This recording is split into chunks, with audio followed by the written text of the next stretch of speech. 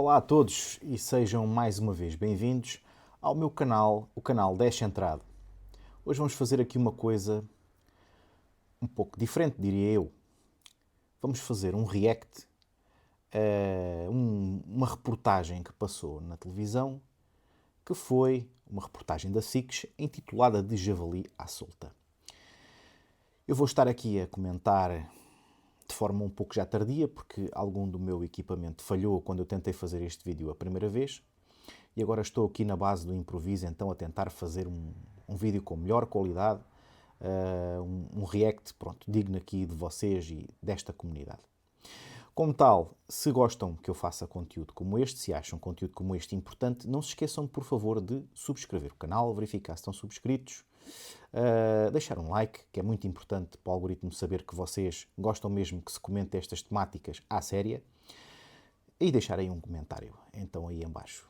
Se querem ajudar de alguma maneira este canal a ter melhor equipamento para poder realizar mais vídeos como este, mais em cima da hora quando eles acontecem, então não se esqueçam que tem aí em baixo, logo no primeiro link, o link para a página do Patreon do canal Descentrado, onde podem ajudar este canal desde 1,5€ por mês. 1,5€ por mês, o que é isso? É menos uma meia de leite que vocês bebem, ou coisa parecida.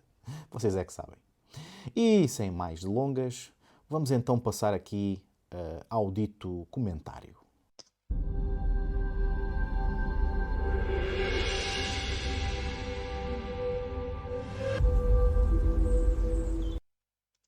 Não lhe passa por a cabeça chegar aqui, metem nas patas em cima da rede. A rede foi-se um bocado abaixo, entraram cá dentro, destroçaram tudo.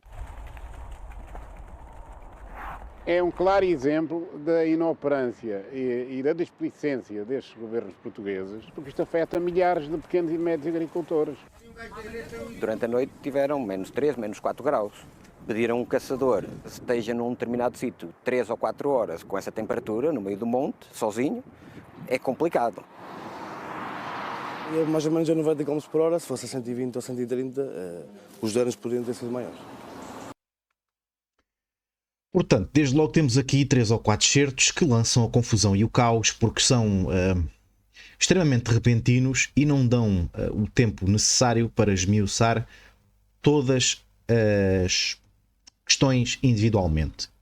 Ainda assim, nesta miscelânea de imagens a miúdo, que vão aqui a miúdo sendo mostradas, dá para perceber que esta questão é uma questão de veras complexa e que a caça e a gestão da fauna é algo que acaba por tocar em várias áreas da sociedade. Desde logo tivemos a agricultura, a caça propriamente dita, o fluxo rodoviário e por aí vai. Portanto, é uma temática que é muito importante salientar que afeta várias áreas da sociedade e que se não existisse por vários setores da sociedade isso iria ser notado. Apesar disso, a forma como é feito acaba por lançar aqui uma série de questões em que quem está a ver fica com mais questões do que respostas. Mas isso se calhar até é propositado.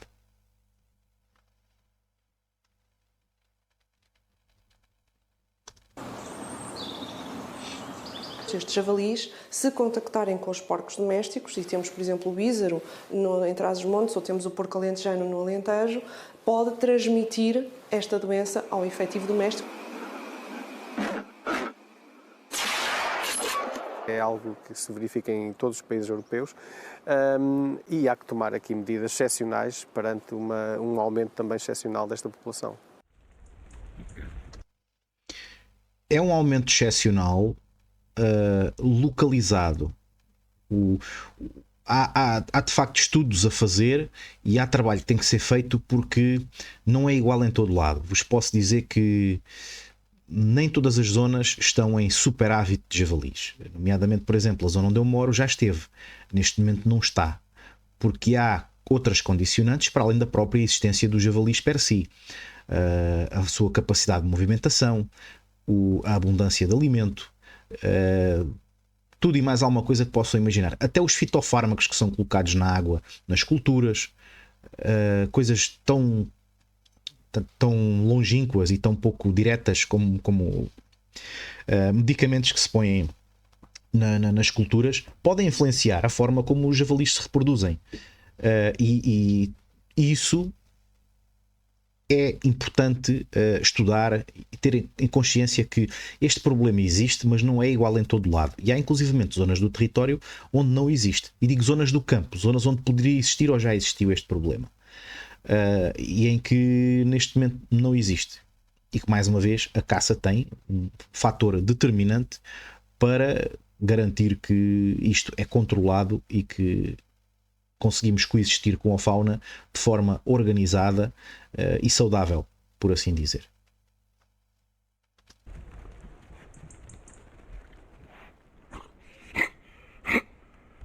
São cada vez mais.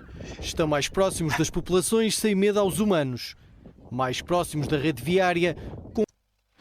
E eles vão para a praia roubar as malas às pessoas, derrubar caixotes de lixo e comer gatinhos. Pois é, caso vocês não saibam, nestas zonas de praia há quiosques onde eu, quando era pequeno, me lembrava de haver gatos que não eram de ninguém, gatos de rua. E em zonas onde havia alimento, portanto, onde eles podiam alimentar, quer pela ação dos humanos de lhe darem restos, quer por haver ratinhos que andavam à procura de comida dos humanos, os quiosques, os cafés e por aí afora.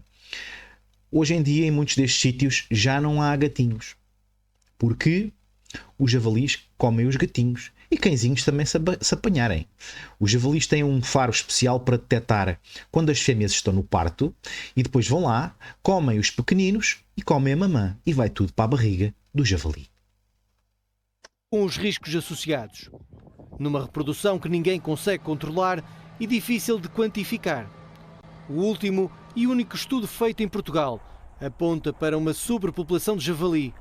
No intervalo que fica entre os 160 e os 390 mil animais. Este número tão dispar é perfeitamente normal, porque não há censos dos javalis. Os javalis não se vão recensear à junta de freguesia. Há aqui um quê de extrapolação que é normal, que tem que ser aceito como tem que se trabalhar com estes intervalos.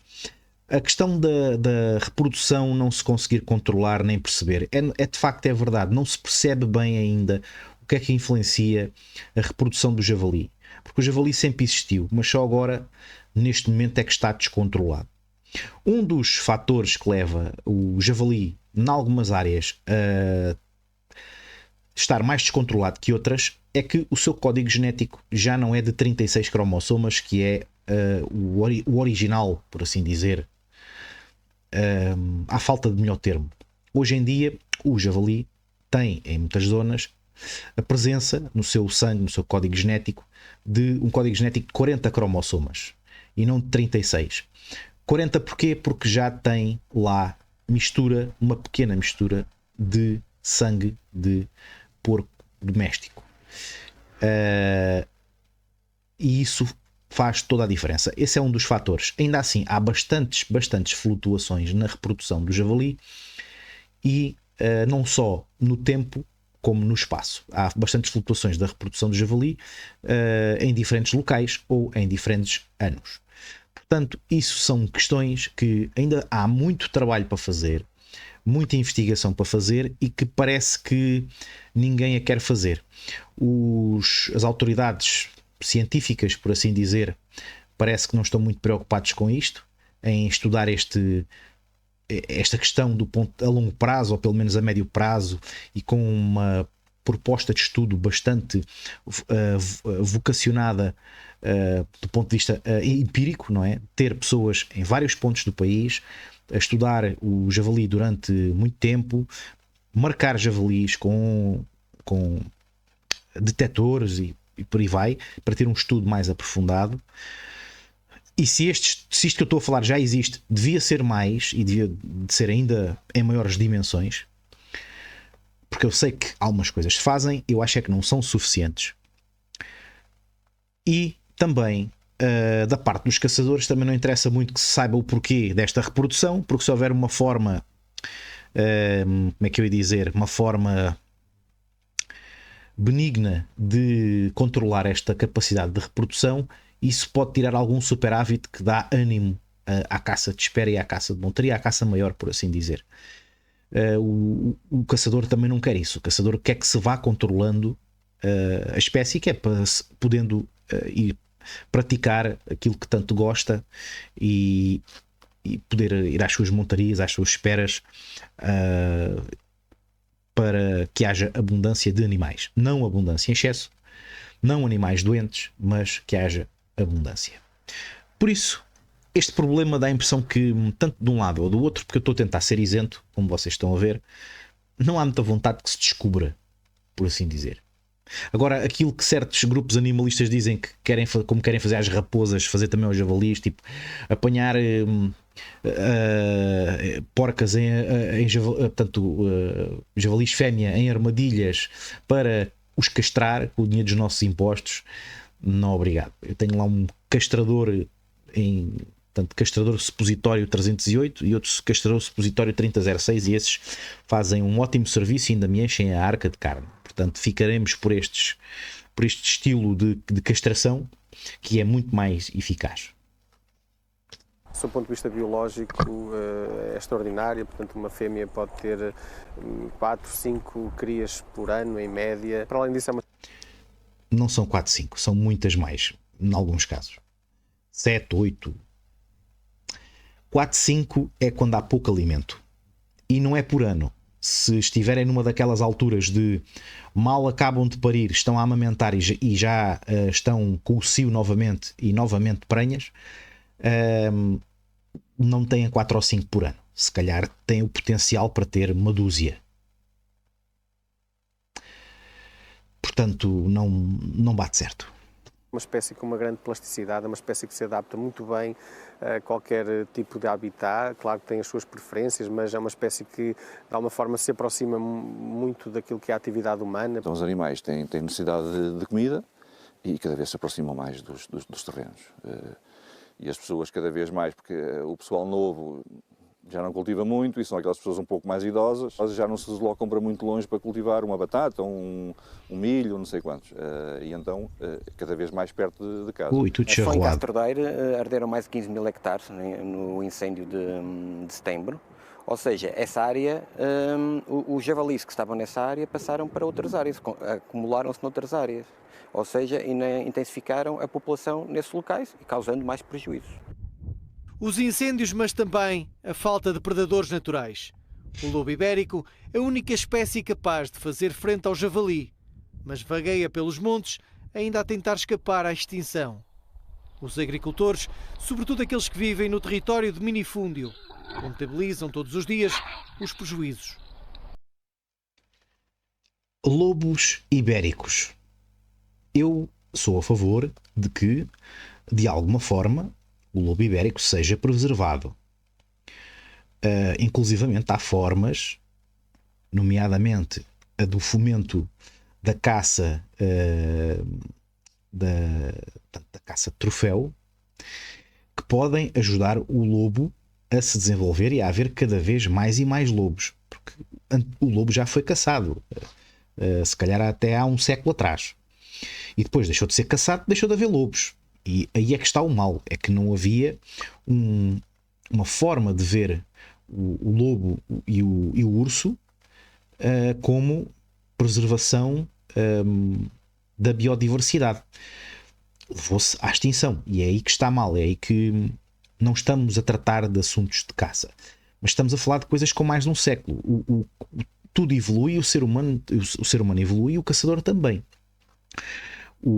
A caça é um bem renovável, mas finito. E como tal, este tipo de predadores deve, obrigatoriamente, de ser preservado. Agora, o lobo não é solução para o superávit de javalis. Eram precisos milhares e milhares de lobos para estes supostos 590 mil javalis que existem. E quando esses javalis desaparecerem, não vai aparecer outro alimento para os substituir, que vai gerar com que hajam mais problemas com lobos, porque de repente aquilo que eles... Vamos assumir que eles só caçavam javalis, que não iam comer animais domésticos, nada disso. Vamos imaginar que eles sabiam escolher e só escolhiam os javalis. Daí quando o javali desaparecer, o que é que acontece a esses lobos? Vão dar magros, doentes, a causar problemas à população. Por exemplo, há sítios como a Serra da Arrábida, que é um parque natural, por exemplo, que se calhar o problema não se resolvia assim tão facilmente com javalis. Porque há pessoas que têm lá propriedades, há praias, pessoas, crianças na praia. É muito bonito dizermos que queremos salvar o lobo, mas não é no nosso quintal. Portanto, se calhar, esta de vir para aqui falar no lobo, o lobo pode ser parte da solução, uma ínfima percentagem, quando comparativamente ao resto do problema, mas o lobo não pode ser a solução sozinho, nem pode ser a roda mestra da solução, porque senão a solução para este problema vai ser arranjar outro problema. Eu não quero lobos sarnentos a pular os quintais e a matar os cães domésticos. É muito simples perceber que se fomentar um superávit de lobos que é suficientemente grande para resolver esta problemática dos javalis, que isso vai ser péssimo para a biodiversidade. E não se esqueçam de uma coisa, o javali ainda tem um predador, que é o lobo. Pronto. Todo barato. Também tem o homem. Dizer que o javali só tem um predador não é verdade. Na Península Ibérica ou em Portugal tem dois. Tem o lobo e tem o homem. Aí estamos a resolver um problema criando outro muitíssimo maior. E meus caros, não obrigado.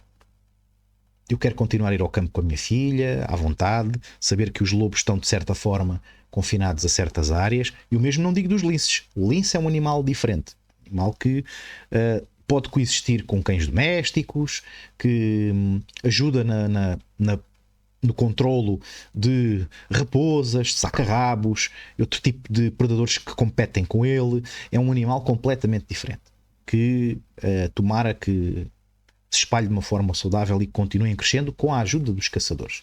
Agora, o lobo é uma história diferente. O lobo não é a mesma coisa. Vejam lá isso. Os incêndios são de facto um flagelo que dificulta bastante as coisas e, meus caros, não há como não dizê-lo. A natureza, os animais são sempre o parente pobre destas desgraças e, infelizmente, nós muitas vezes temos dificuldade em reconhecer isso. E há problemas que acontecem não é por haver muitos javalis, é porque eles tiveram que se mudar para aquela zona porque ardeu tudo em volta. Eles procuram uma vida melhor como nós procuramos uma vida melhor. É assim que funciona. Vai estar tudo morto, ok? Vai semeando aqui, vai semeando umas ervas ou qualquer coisa, porque do resto só encostado, conforme eu fiz, dar-me ali com rede e mesmo assim as passo. E eu não tenho paciência, nem tenho espingarda agora, que já tive, para vir para aqui para guardar os javalis e de noite prefiro estar debaixo das mantas. A partir de uma determinada altura, os agricultores tiveram só uma opção, foi deixar de fazer agricultura, principalmente na zona serrana, porque chegaram a um ponto em que viram que não valia a pena, porque não queixam-se, apresentam as queixas onde lhe mandam fazer e não há solução nenhuma para o caso. Já vamos há 7 anos. O país em desertificação atira estes omnívoros para junto das aldeias. Não, porque eles também vão para as cidades. O país em desertificação é um problema, mas não é a desertificação que atira os animais para as aldeias. Não, porque também os atira para as vilas e também os atira para as cidades. Portanto, está aqui um segue muito bonito para continuar com a coisa para a frente, mas não tem nada a ver. A desertificação tem montes de problemas, sobretudo a desertificação do interior, não é? Aquilo que estamos a falar. As pessoas vão... A desertificação é feita em 2 planos, que é... o primeiro plano é do interior para o litoral e o segundo plano é das aldeias para as vilas e das vilas para as cidades. Mas também com o problema de habitação que temos, não acordem não para resolver este problema, mandar o pessoal para o campo outra vez, dar condições para as pessoas viverem no campo, onde a habitação existe e é mais barata e é até, diria eu, bastante mais saudável. Com a cobertura de internet que temos hoje em dia e com a rede de estradas que temos, que pode ser em alguns momentos até melhorada, nomeadamente com a erradicação das scouts e por aí afora, com medidas de fomento das pessoas, da população se fixar no interior, tudo isso poderia ajudar a minorar essa tal desertificação. Mas este vídeo não é sobre isso, e isto é só a opinião de um gajo na internet que nem sabe o que é que está para aqui a dizer, se calhar. A lei em vigor empurrou os estragos para os gestores das zonas de caça. Empurra, mas não dá em nada. Na grande maioria dos casos, os gestores das zonas de caça têm como se defender, porque isto não é tudo preto no branco. Há várias condicionantes que também condicionam a atuação dos caçadores. Portanto, vai-se falar aqui muito de que o culpado já está identificado e que a culpa vem para cima dos caçadores. Não. Não é nada disso. Quem faz a gestão de hectares e hectares definidos para caça são associações, que, sobretudo no interior do país, são geridas de forma graciosa, onde há vontade de ajudar os agricultores, mas falta o mais importante. Isto é complicado, a caça, como nós chamamos, e não há, às vezes não há dinheiro que chegue para tudo, não é? São muitos prejuízos? Um bocado.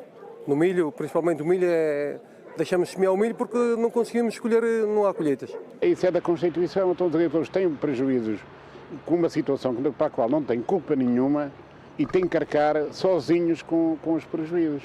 As zonas de caça associativa, que têm a responsabilidade de pagar os prejuízos, não pagam porque não dizem que não têm dinheiro, e o governo lava daí as mãos, os sucessivos governos lavam daí as mãos como Pilatos. Este senhor aqui, só dizer aqui uma coisa. Então, quer dizer, o caçador só serve para pagar, não é? Quer dizer, o caçador, a associação tem que pagar ao ICNF, portanto ao Estado, o direito a poder caçar. Paga ao Estado, sim, paga ao Estado avultadas quantias de dinheiro para poder caçar. Compra a caça ao proprietário, portanto paga ao proprietário para ir caçar. E ainda tem que pagar ao proprietário porque houve prejuízos da atividade ao qual os caçadores pagaram para ir fazer, não é? Portanto, na ótica deste presidente aqui desta Associação de Agricultores, quer dizer, os agricultores têm muitas vezes pequenos minifúndios, pequenas propriedades onde nem se pode caçar, mas os caçadores é que têm a culpa. Muitas vezes têm propriedades próximas de habitações, próximas de estradas, onde o caçador não pode caçar, mesmo que esse terreno seja de caça, porque há perímetros a respeitar. Mas pagou ao proprietário, pagou ao Estado, pagou, portanto, os direitos para poder caçar, ainda paga as licenças, as taxas à PSP, e quando acontece alguma coisa de mal, ainda é ele o culpado. Pois, eu acho que algo de errado não está certo. É o que é. Juntam 100 agricultores. Era impossível. Não conseguimos. Isso é inviável. E o que é que vocês fazem? Deslocamos ao terreno quando somos avisados. Há um prejuízo no milho, ou nas batatas, ou na aveia, e tentamos colocar uma arma em correção de densidade, minimamente tentar abater o animal. Se o proprietário quiser o animal, nós damos o animal. Uma das formas de ir controlando a população de javali e acalmando a revolta dos agricultores é a chamada correção de densidade. Um caçador instala-se de dia e espera pela noite. A correção de densidade, que neste momento já não se pratica, mas porque neste momento já se pode caçar todas as noites. A correção de densidade, isto é aqui falar de correção de densidade como um método de caça, não é? A correção de densidade é um mero pedido ou seja, uma autorização para caçar fora das datas estipuladas. Aquilo que estão aqui a falar como sendo correção de densidade é um ato de caça, de espera. Que o caçador está à noite, mas o caçador pode estar a fazer este tipo de caça, neste método de espera, e não ser correção de densidade, porque estaria nos 10 dias de lua normais que o caçador podia e tem podido até hoje, até há bem pouco tempo, caçar ao javali de noite. A correção de densidade era para quando era fora desses 10 dias, dos 10 dias de lua, como nós lhe chamamos. E como tal, o que acontece é que depois também há correção de densidade de dia, de montaria, por exemplo. nos milhos. Portanto, isto aqui, quer dizer, foi feito de uma pessoa que não percebe, não está por dentro da coisa, está aqui a espalhar informação que não bate certo. Correção de densidade é caçar à noite. Não, isso é caçar de espera. Em correção de densidade é com uma credencial especial, com uma autorização especial do ICNF, para caçar fora dos dias estipulados por lei. Mas no caso da espera, agora já são todas as noites, portanto já não há correção de densidade. O caçador pode caçar o dia que bem lhe apraz, porque já não existe a correção de densidade para caçar à noite de espera. Só que esta reportagem cheira-me que é antiga, foi feita há muito tempo e publicada de forma tardia, e não foi feito o trabalho de casa porque as pessoas fizeram isto, não percebem muito do assunto. É o que é?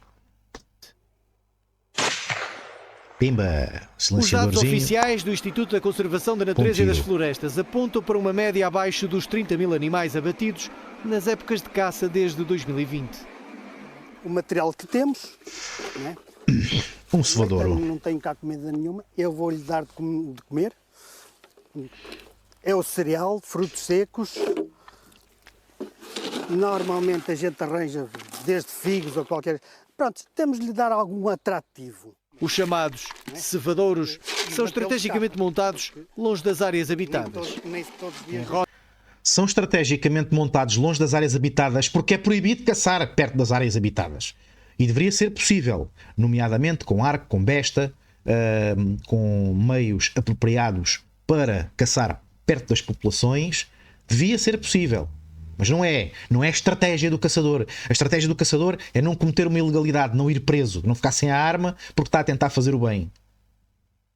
Isto irrita-me. Rotas onde os caçadores sabem que passam javalis e onde o abate pode ser feito em segurança. Porque é que eu faço sempre no ar? Dá-me segurança no tiro que faço. Mais metro, menos metro, sei que a munição se ferrou no chão. E a gente tenta tirar sempre dos terrenos de cultura. O cevadouro, tendo sempre comida em abundância, eles comem, nem que eles se dirijam depois às culturas, já não fazem o estrago que costumam fazer. As pessoas tentam fazer o melhor que podem. O caçador também não é qualquer caçador que tem disponibilidade para ir passar 3, 4 noites a guardar o milho. Está lá até à 1 da manhã e no outro dia tem que ir trabalhar, que as pessoas trabalham, não é? Penso que aí também é o contra. Já fiquei noite.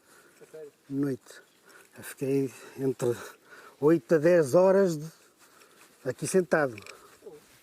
Também passei já por algumas vezes pelas brasas, mas pronto, é seguro. A arma fica sempre encaixada, embora nem que esteja a dormitar. Eu acho que E com a patilha de segurança ativada, ou com a culatra aberta, ou melhor ainda, sem munição na câmara, só municiando a arma, uma vez que é uma arma de ferrolho, sem munição na câmara, municiando a arma quando os animais entram ao cevadouro. Se há o perigo, meus amigos, se há o perigo de se deixarem dormir quando estão na espera, não tenham a arma carregada, não confiem em seguranças. Tenham a culatra aberta, o carregador pronto, ok? E se entrar algum animal, fecham a culatra devagarinho e preparam o tiro.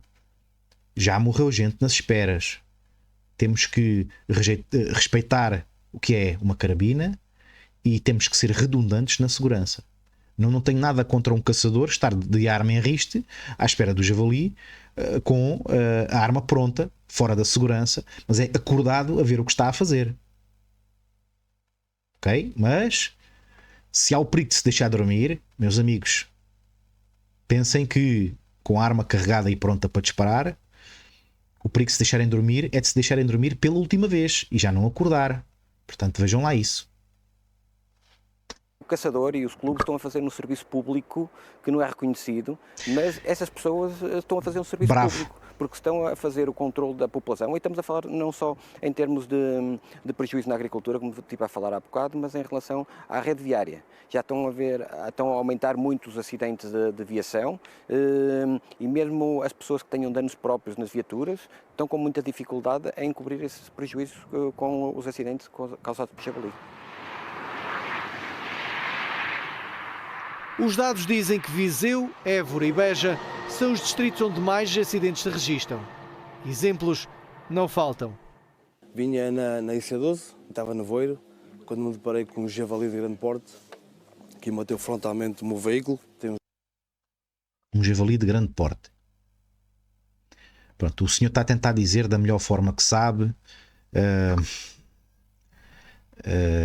que contar aqui o que é que aconteceu, tomara que esteja bem e que consiga passar por esta situação de ter batido com o carro. Aliás, o meu pai já perdeu um BMW 530 para uma vara de javalis. Portanto, rapaziada, eu sei bem o que isto é. Daí às vezes nós estamos a falar destas coisas e saírem assim umas palavras, pronto, que são um bocado redundantes, por assim dizer.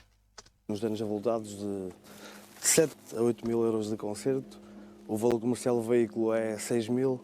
Pronto, a nível da parte burocrática, estou ainda a reunir provas, a reunir documentos, para ver se pagam alguma coisa, porque isto é o carro da família. Provavelmente, amigo, não vais receber nada. Não há muita hipótese. Os dados da GNR apontam para uma média de quase 3 acidentes por dia envolvendo javalis. Os números são claros e assustadores. Em 2022, 985 acidentes causaram 27 feridos. Em 2023, ocorreram 786 acidentes com 32 pessoas feridas. Em 2024, registaram-se 981 acidentes e 34 feridos. No prazo de 4 dias já houve 2 acidentes, foi o meu e ontem outro. As vedações estão completamente abertas. É assim, para os automobilistas é um perigo. As vedações estarem abertas ou fechadas conta de zero. Uma vedação é portanto, é um mero galho no caminho de um javali. O javali, se é uma vedação, pensa assim: bom, eu vou perder ali mais 10 ou 15 segundos naquela coisa que está ali. E vai. Portanto, se as vedações estivessem fechadas, era igual. Não há muita hipótese. Nós, quando vamos na estrada, a natureza existe. Os animais da natureza existem. Há, inclusivamente, no distrito de Évora, também já há acidentes com cervídeos. E também no norte também já deve ter acontecido. Portanto, com veados, gamos e corços. Se queremos que a natureza cresça, queremos ver os números dos animais a crescer, portanto, essas coisas vão acontecer. É como o lince. O lince vai crescer, também vão haver acidentes rodoviários com linces, como há com gatos. O lobo é a mesma coisa. Se continuar a crescer o número de lobos em Portugal, um certo dia vai haver acidentes rodoviários com lobos. Não dá para ser de outra forma. É o homem a coexistir com a natureza. Agora, se há coisas que se podem fazer para minorar isto, sem dúvida que há. E já mencionei aqui algumas das coisas que eu considero que façam parte do caminho que se pode percorrer. Milhares de euros, se não milhões de euros que são de prejuízo que são aqui contabilizados, nomeadamente ao nível das culturas do milho e outras culturas, e também os acidentes rodoviários têm crescido de uma forma absolutamente extraordinária, portanto mais de 80% dos acidentes rodoviários que existem em Portugal derivados da fauna selvagem, 80% são de javali. O desequilíbrio... Lá está aquilo que eu disse, 80% são de javali, portanto há acidentes com cervídeos, nomeadamente o gamo, o corço, e o veado. Há acidentes com animais domésticos, com animais de criação, de ovelhas, vacas, mas eu não vi ali o senhor presidente da Associação de Agricultores a dizer que também há acidentes rodoviários com animais de criação e que os agricultores são os culpados e têm que pagar por isso.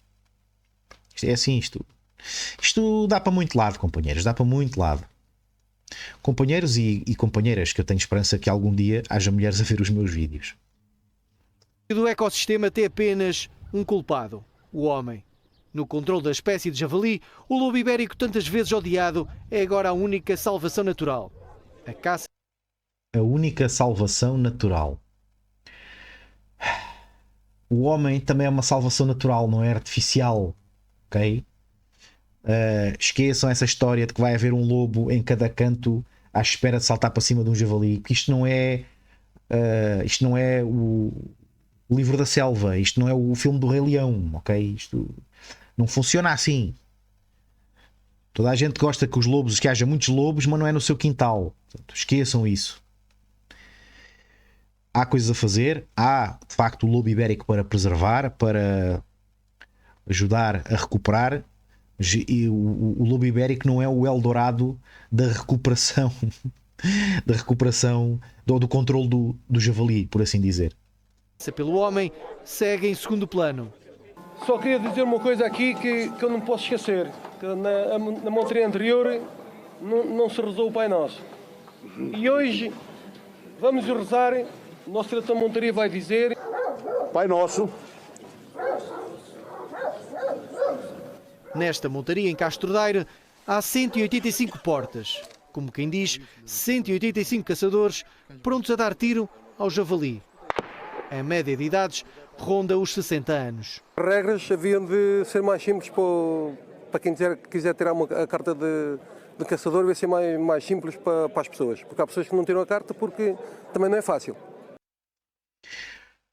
Eu acho que a carta de caçador está com uma dificuldade quanto baste. E é a única forma de manter certas pessoas de terem armas extremamente perigosas. Portanto, eu aqui tenho que discordar. Não se deve facilitar, porque senão vamos criar um problema que é pessoas que só querem ter armas para fins que não aqueles para que as armas se destinam, nomeadamente neste caso a caça.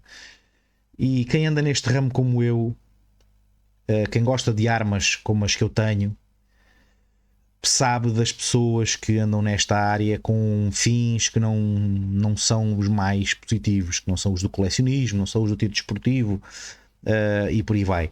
E muitas vezes vê-se essas pessoas a migrar para onde encontram um ser mais fácil. E isso não é bom. Portanto, eu compreendo o que é que este senhor está a dizer, mas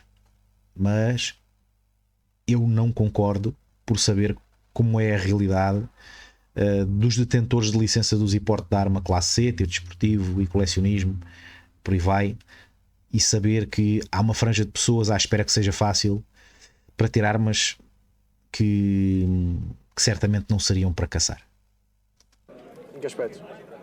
Em termos de exames? É claro que uma espingarda compra-se para uma vida, mas aos custos anuais, as licenças, que eu acho, na minha opinião, deviam ser um bocadinho mais reduzidas em termos de valor.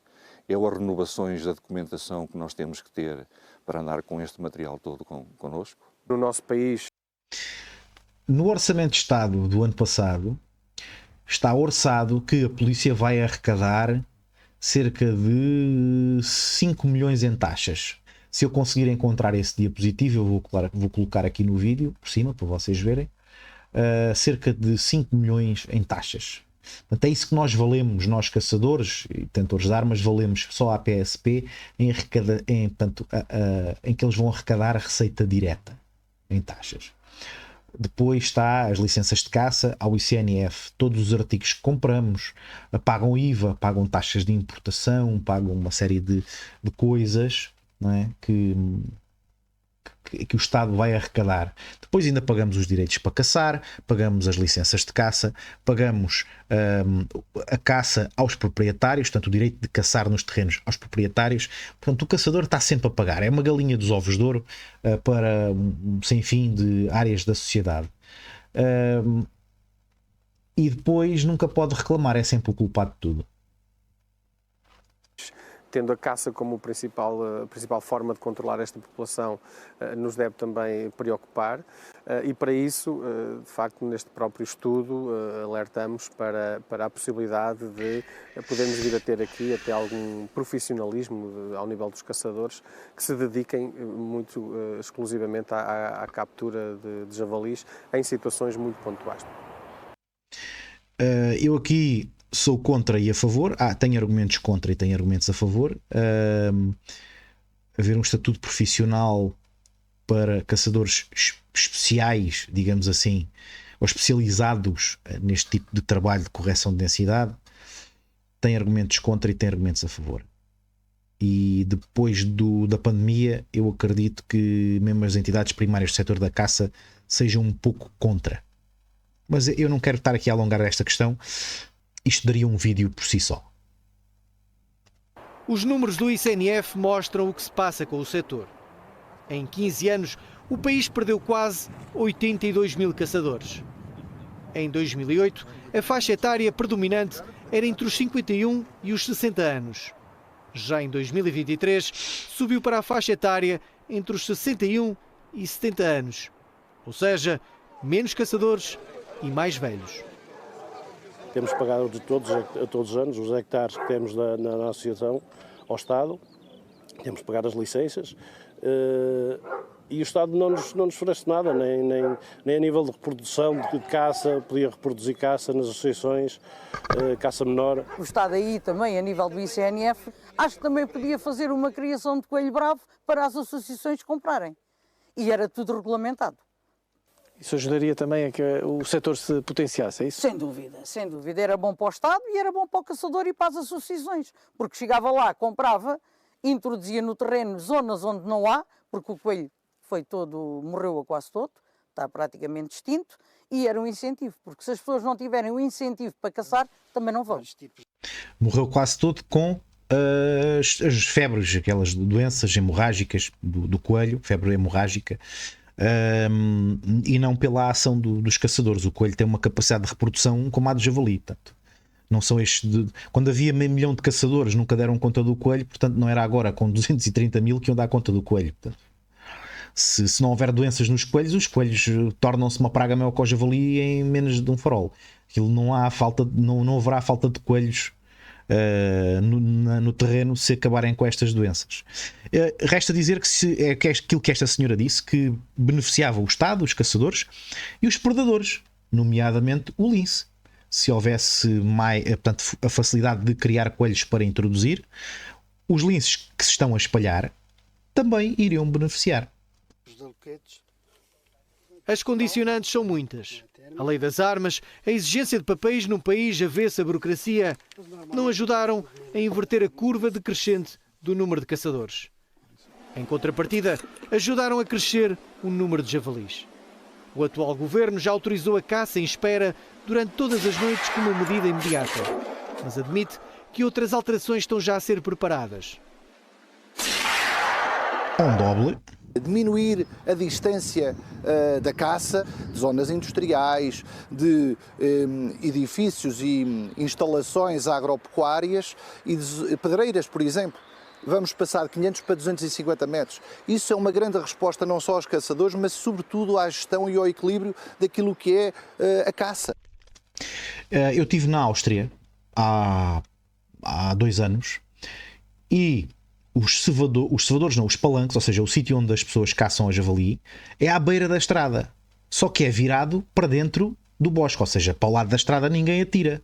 É a 0 metros da estrada, com o condicionante de que o palanque é virado para dentro do bosque, por assim dizer, da planície ou da floresta, do que for. E são à beira da estrada, são a 0 metros. Portanto, as pessoas estão a caçar a 0 metros, numa posição fixa e com uma linha de tiro fixa.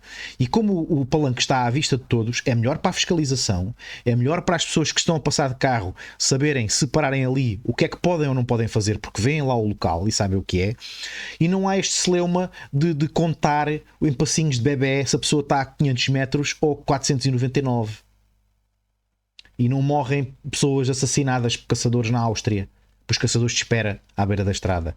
Portanto, isto é uma coisa que se pode resolver com legislação e com regras.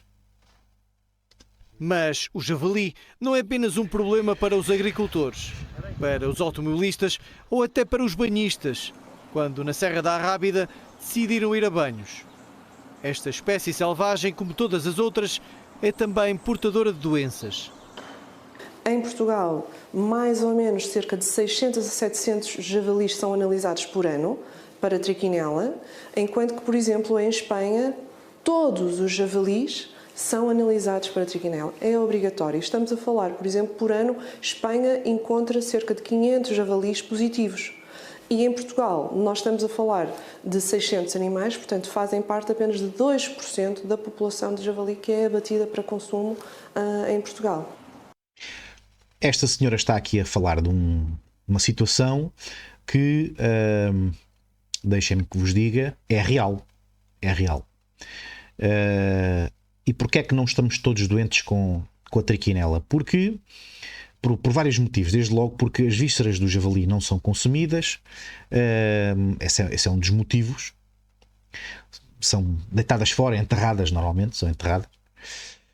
Ou até algumas vezes utilizadas como isco, que se o animal estiver doente não é uma boa prática. Mas pronto, acontece, eu tenho que dizer, tenho que ser franco. Em Espanha não são todos os javalis testados, porque há que lembrar que há muita gente que vive no campo e que abate os javalis ao pé de casa e não está a fazer os procedimentos sanitários obrigatórios por lei, porque está ao pé de casa, não se vai chatear.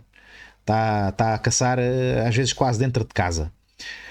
E então os números de Espanha não coincidem à realidade, como também os portugueses não coincidem. Também há muito javali abatido na clandestinidade, às vezes por motivos nobres, por exemplo, porque é abatido numa propriedade que não se pode caçar porque está ao pé de um palheiro ou de um curral ou de uma qualquer infraestrutura que não permitiria caçar naquele local. Então, como tal, os procedimentos sanitários não são efetuados. Sendo legal, eu sou apologista de que esses procedimentos devem ser feitos, que é errado não fazê-los. Nunca me vão ver aqui neste canal a fazer a apologia da ilegalidade, mas eu tenho olhos na cara para reconhecer que isto não corresponde bem à realidade, e não é o 8 e 80 Espanha e Portugal, não é bem assim. Existem formas de mandar o sangue para testar para a doença, mas no meu entender, por exemplo, a tuberculose é uma doença muito mais perigosa que a própria triquinela, que tanto quanto sei, e peço desculpa estar aqui a falar de uma coisa que não percebo tanto, é um parasita intestinal. O javali, de facto, deveria ser impulsionado, deviam ser impulsionadas formas de ser mais fácil testar, aumentar esses números, mas isto é um não problema, não há um problema de saúde pública por causa da triquinela, não. É um não problema. As tripas vão fora, normalmente os javalis são batidos com tiro na cabeça, não há um rompimento das vísceras, saem ali todas para fora, e os próprios caçadores sabem analisar, depois, não para essa doença, mas para outras, sabem analisar gânglios e ver os pulmões do animal, analisar por dentro, para ter ali alguma certeza de que o animal é mais ou menos seguro. E com alguma taxa de sucesso, porque isto não é um problema de saúde pública. A peste suína em Portugal não é um problema de saúde pública, a tuberculose não é, a triquinela também não é, e não quer dizer que não existam. Mas pronto, aqui esta reportagem tem que puxar ali a coisa e tal, não sei o quê. Quer dizer, estamos aqui a falar de um problema muito grande, e mete-se aqui a triquinela. Tudo bem, mas comparado com esta macro questão, é uma não questão. Digo-vos eu que caço e que eu dou carne de caça à minha filha. Portanto, esse é o nível de confiança que eu tenho nos javalis que eu meto em casa para comer, que estão desprovidos dessas condições. Perceberam? É uma não questão, é só sensacionalismo. Não tirando o mérito à questão. Atenção. Em várias zonas do país, sobretudo nas explorações suínas, na forma extensiva, o medo de javali está presente. Até porque há doenças que circulam entre animais selvagens sem ser detectadas. Para a exploração, em termos sanitários, devido a que podem nos trazer algumas doenças como animais selvagens, e também se fizerem criação nas porcas, elas vão trazer uns leitões que não dizem nada com o víscero. Há colegas aí de outras explorações que não estão tão bem vedadas e eles entram lá dentro. Não têm feito criação com as fêmeas, mas não é bom para a sanidade dos animais. Qualquer que seja a doença infectocontagiosa, quanto mais animais tivermos, mais rapidamente as doenças se transmitem. E depois, quando temos uma sobrepopulação, não temos um ajuste desses animais à capacidade daquele terreno de os alimentar, de os abeberar. E, portanto, eles vão procurar alternativas. E nesta procura de alternativas, nos lixos domésticos, nas hortas, nas populações dos animais domésticos, faz com que haja uma alteração na distribuição das doenças. A formação dos caçadores é peça-chave. Mas também o país tem de ter consciência que não basta apontar caminhos, tem de os fazer seguir. A peste suína foi erradicada em 1985, mas o regresso pode estar mais próximo do que se imagina.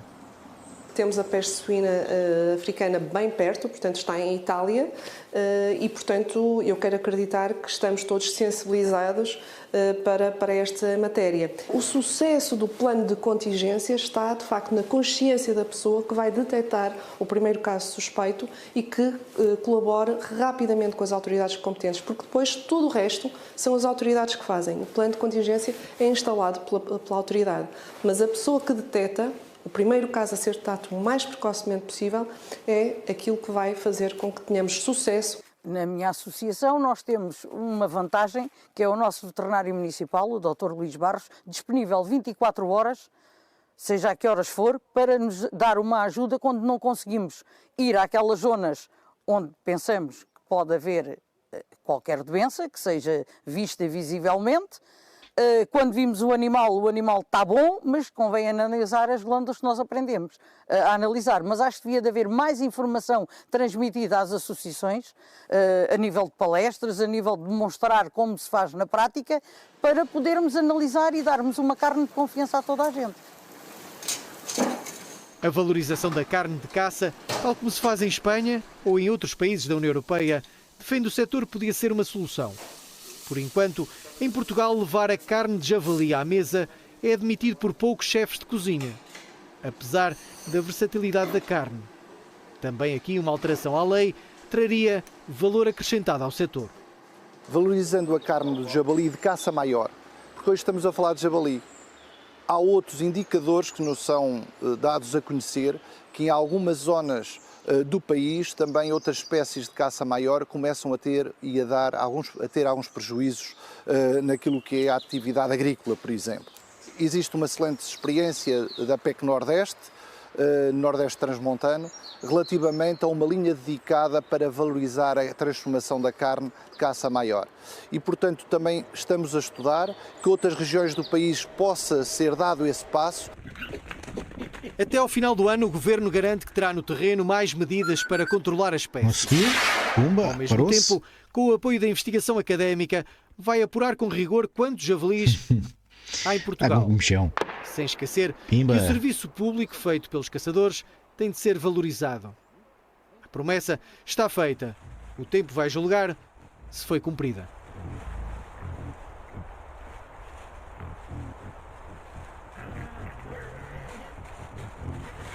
Então eles a brigar e a fuçar aí com caraças. É para eles. Pois bem, um react de 1 hora. Espero que tenham gostado. Desculpem lá eu não estar sempre fixo na câmara, mas estou mais preocupado ali com o ecrã para reagir aqui à reportagem. Não se esqueçam, escrevam aí nos comentários se gostaram, deixem like, subscrevam e se quiserem apoiar este canal, a ter melhores meios para estes vídeos serem feitos de uma melhor forma, porque esta voz é uma voz que vos traz um outro ângulo para ver estas temáticas, que vos traz uma outra verdade.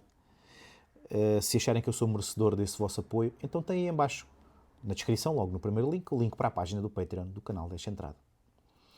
O resto, resta-me então lembrar ainda que temos o grupo do WhatsApp, onde temos uma comunidade no WhatsApp com vários grupos, um deles dedicado só à caça e atividade cinegética, e portanto podem entrar gratuitamente e entrar e conversar por lá, trocarmos ideias. Eu, pelo menos quando me identificam, passo lá conviver com a malta dessa forma. E pronto, o resto, meus caros, o resto vocês já sabem. É olho na mira e sorriso na cara. O meu nome é João Santos, este é o Deixa Entrado. Até ao próximo vídeo. Um abraço.